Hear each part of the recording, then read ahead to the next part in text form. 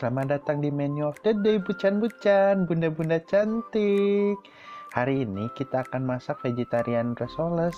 Wah, ini sehat loh, tapi sebelum itu jangan lupa dukung channel ini dengan cara subscribe, like, dan share.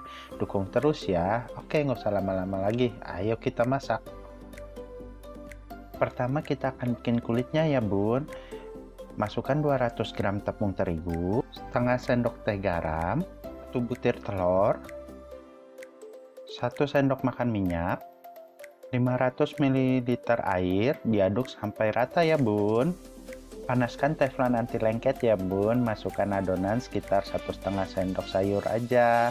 Masak sekitar 1 menit ya, jangan lama-lama loh bun. Untuk isiannya bun, masukkan 1 sendok makan mentega, kita panaskan ya. Setengah biji bawang bombay yang dipotong dadu kecil, 2 siung bawang putih dicincang halus. Masukkan 100 gram daging vegetarian yang sudah direbus ya bun. Lalu masukkan 2 buah wortel yang sudah direbus dan dipotong dadu kecil ya bun. 1 batang daun bawang yang sudah diiris tipis, 100 ml air kaldu bun, 1 saset susu kental manis,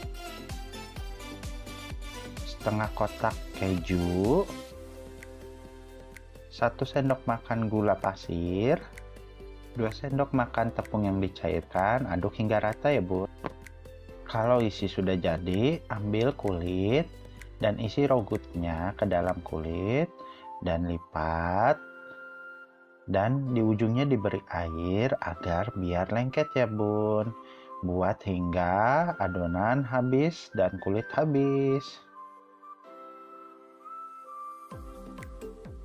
Lalu baru disoles ke dalam telur dan tepung panir ya, atau tepung roti.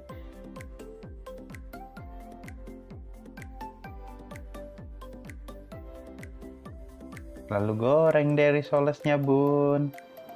Nah, risolesnya sudah jadi bun. Sajikan hangat dan selamat mencoba dan menikmati ya bun. Sampai jumpa minggu depan bunda-bunda cantik semuanya. Bye-bye semuanya.